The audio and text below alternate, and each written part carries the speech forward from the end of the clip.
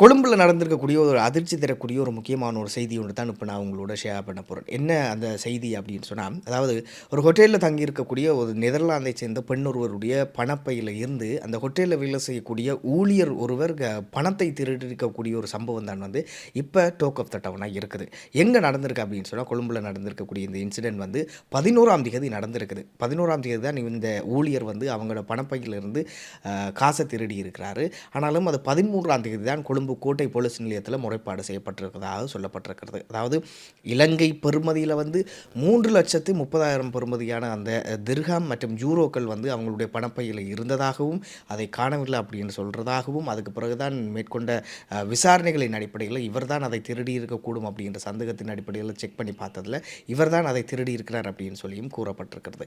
இதன் அடிப்படையில் தான் இவர் இப்போ கைது செய்யப்பட்டிருக்கார். இவற்றை வயசு வந்து 41 வயசு.